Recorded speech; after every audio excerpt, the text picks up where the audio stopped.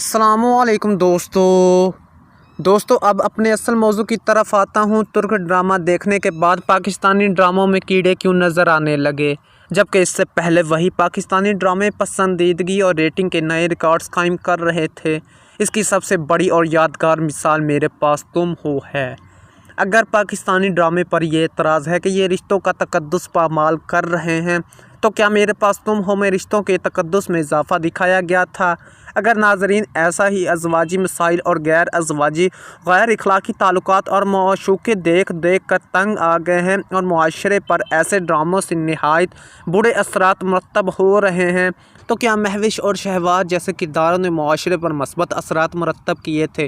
تب پاکستانی ڈراموں میں کیڑے کیوں نہ نظر آئے؟ جب ہر ہفتے کی شب 8 بجے کے بعد میرے پاس تم ہو کا ٹویٹر پر ٹرینڈ بنا کرتا تھا، کیا 2 ٹکے کی لڑکی والے ڈائیلاگ نے معاشرے کی مڈل کلاس لڑکیوں کو بہت عزت بخشی اور ان کے کردار کی درست ترجمانی کی تھی؟ اس غیر اخلاقی مقالے کو مزے لے کر شیئر اور عورت کے خلاف دل کی بڑھاس نکالنے والے مڈل کلاس مردوں کی حیا اور اخلاقیات اس وقت حج کی سعادت حاصل کرنے گئی ہوئی تھی، جن لوگوں کو آج عشق یا جلن پیار کے صدقے دلربا دیوانگی جیسے ڈراموں میں بے حیائی بے روا روی نظر آنے لگی ہے، اور وہ ان کے خلاف جاہلوں کی طرح بغیر سوچے سمجھے صرف مخالفت برائے مخالفت اور تنقید برائے تنقید کر رہے ہیں۔ وہ پہلے میرے پاس تم ہو کو سر آنکھوں پر کیوں بٹھاتے رہے؟ اور اس سے بھی پہلے کی بات ہے، پاکستانی ڈراموں میں بے حیائی اور فحاشی پر نوحہ کناں لوگوں کی شرم و حیا اور اخلاقیات اس وقت کہاں مری تھی، جب چھوٹے چھوٹے بچے منی بدنام ہوئی گاتے پھرتے تھے، جب انہی لوگوں کے گھروں میں شیلا کی جوانی اور چکنی چنبیلی کے مجرے بصدق شوق دیکھے جاتے تھے۔ اس وقت اخلاقیات اور حیا قبر میں سو رہی تھی، جب آپ کے گھروں کی معزز بیبیاں گھٹیا بھارتی سوپ سیریلز کے چکر میں ہنڈیاں جلا بیٹھی تھیں۔ اس وقت شاید آپ جیسے عزت دار افراد تنقید اور مخالفت جیسی چیزوں سے واقفیت نہ تھے۔ اگر پاکستانی ڈرامے ایسے ہی برے اخلاق سے عاری اور معاشرے میں انحصار پیدا کرنے کا سبب بن رہے ہیں، تو انہیں دیکھنا کیوں نہیں چھوڑ دیتے؟ سیدھا سا حال ہے، جب موجودہ ڈرامہ پسندیدگی ریٹنگ اور ویوز حاصل نہ کر سکے گا تو خود ہی ٹی وی چینلز اپنے روش بدلنے پر مجبور ہو جائے گا۔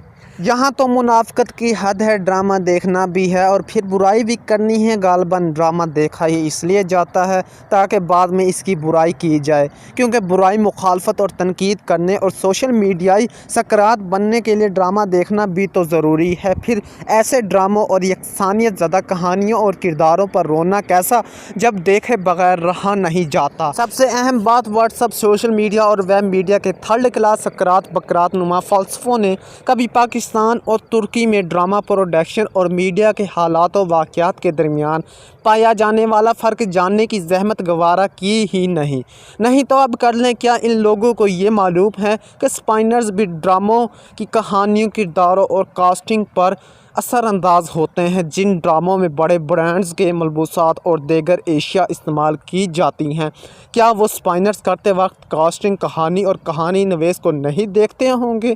مارکیٹنگ، اشتہارات اور اسپائنرشپ کن بلاؤں کے نام ہیں؟ یہ معلومات نہیں ہے تو برائے کرم لکھنے اور بولنے سے پہلے جان لیں۔ تحقیق اور علم کے بغیر مخالفت صرف بے عزتی کا سبب بنتی ہے۔ پاکستانی ڈرامہ جس طرح کل دیکھا جاتا تھا، ترک ڈرامہ آنے کے بعد بھی اسی طرح آن ایئر ویوز اور یوٹیوب ویوز لے رہا ہے اور آئندہ بھی لیتا رہے گا۔